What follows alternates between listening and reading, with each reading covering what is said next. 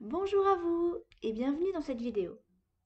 Est-ce qu'il vous est déjà arrivé de vous faire arrêter dans la rue, interpellé par quelqu'un, un inconnu, une inconnue, dans la rue, dans un lieu, chez des amis, au restaurant, n'importe où, pour vous demander de quelle origine vous êtes, d'où vous venez, que les personnes de couleur, oh là là là là, qu'est-ce que c'est beau, ça fait rêver, ça fait penser aux îles, que vos enfants métis sont magnifiques, ou encore vous demander si j'ai choisi un papa blanc ou de couleur. Mais c'est quoi cette question? Et puis c'est quoi l'intérêt? Et pourquoi? Et en quoi les bébés métis sont plus beaux ou moins beaux que les autres? La beauté, ça reste relatif, ça reste propre à chacun. Et est-ce que ça vous est déjà arrivé également qu'on vous demande depuis quand vous êtes en France? Ah ouais, depuis toujours. C'est pour ça que vous parlez si bien français. Mais ils sont arrivés depuis quand vos parents en France? Vous êtes arrivés du pays depuis quand?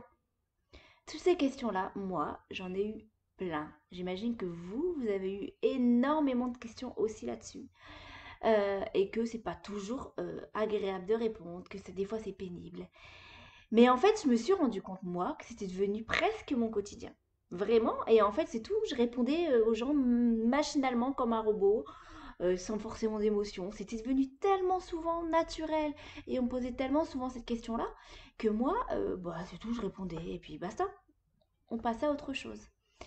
Et en fait, c'est en rencontrant mon mari, euh, et suite à ces réflexions, qui me dit, mais Hélène, t'as tout le temps des réflexions comme ça? Mais les gens, ils te posent plein de questions comme ça dans la rue, comment ça se fait? Alors lui, il était interloqué, il comprenait pas, presque choqué. Il dit, mais pourquoi les gens, ils viennent t'embêter avec ça? Mais, enfin, je sais pas, il dit, moi, quand je croise une personne qui est de couleur, c'est pas la première question qui me vient. C'est pas, en tout cas, ce qui me vient du tout en tête. Et lui, il était vraiment choqué. Et là, forcément, je me suis dit, mais si lui, il est choqué, c'est que, en fait, c'est peut-être normal d'être choqué. Et c'est peut-être normal de ne pas vouloir continuer dans ce schéma-là et de continuer à répondre de façon machinale aux gens et aussi naturellement, et puis de passer à autre chose.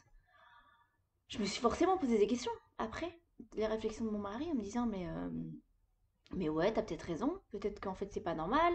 Et puis de le faire devant les enfants, je trouve ça encore moins normal. Et puis, c'est arrivé plusieurs fois encore après.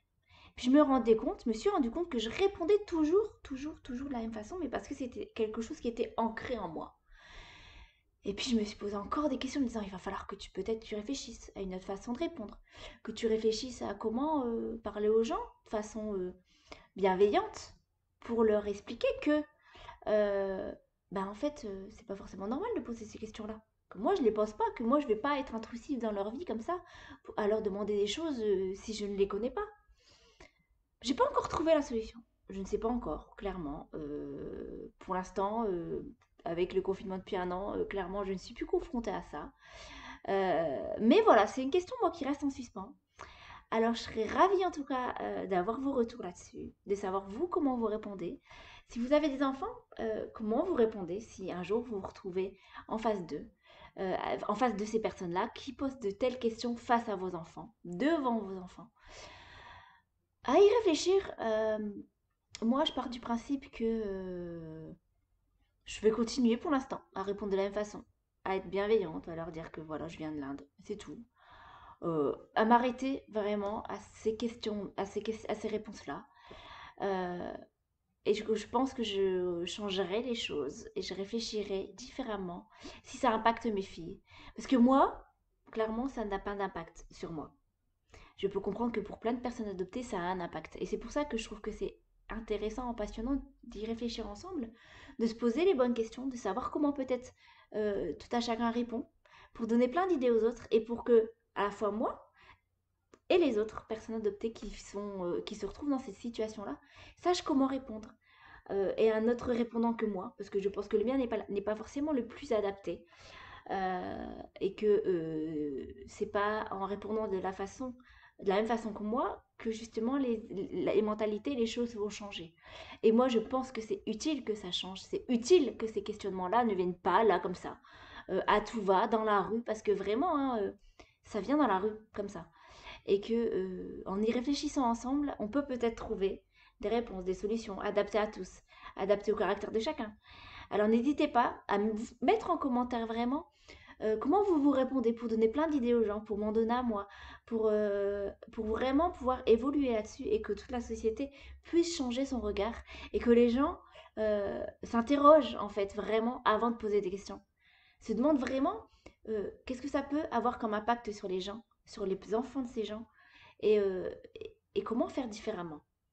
En tout cas, merci de m'avoir écouté. N'hésitez pas à faire des commentaires, à vous abonner, à liker, à partager. Et puis on se retrouve dans une prochaine vidéo. À très vite, prenez bien soin de vous.